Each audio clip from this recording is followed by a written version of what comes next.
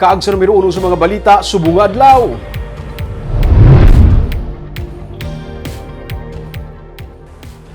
%93% sa mga napatay sa COVID-19 sa Pilipinas wala mabakunahan. Ining sinusa kay Health Secretary Francisco Duque. Ining iyang inanunsyo sa paglunsad sang res bakuna sa butika sining hapon. Ma-report si Nico Delfin. Wala sang herd immunity. Ining nangin pahayag ni Health Secretary Francisco Duque sa pagpati nga hindi ini mangin applicable bisan sa mga fully vaccinated. Porsigido ang mga local government unit humalin pa sa nagsugod ang vaccination program nga malabot ang herd immunity. Pero suno kay Duque, population protection ang mahatag sang vaccination program. Kung vaccinated ka, people can still get infected. So hindi ka pwedeng magkaroon ng herd immunity under such circumstance. What we aptly should call in is population protection, mainly for severe and critical COVID infection. But your population protection will have to be defined.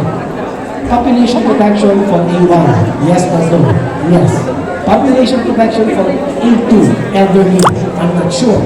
Kasi ilan ba, we already have 70% of all your senior citizens fully inoculated. Sa launching sang res bakuna sa butika sa mall sa Bacolod, ginpahayag ba ni Duque nga hindi dapat magduha-duha ang publiko sa mabulig sang bakuna. Base sa records ng DOH, nagwa nga 93% sang COVID-19 related deaths sa pungsod ang wala mabakunahan.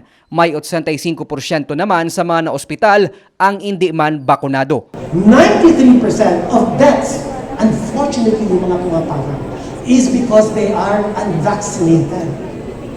So that's why vaccination is a game changer. And I keep repeating that. And I hope that this is internalized by each one of you here today. Samtang ginanunsyo naman ni Vaccine Czar Vince Dizon nga ginreschedule nila ang pilot launching sang 5 to 11-year-old vaccination program sa Lunes natungod man sang delay sa pag-abot sang kapin 760,000 ka doses sang Pfizer vaccine.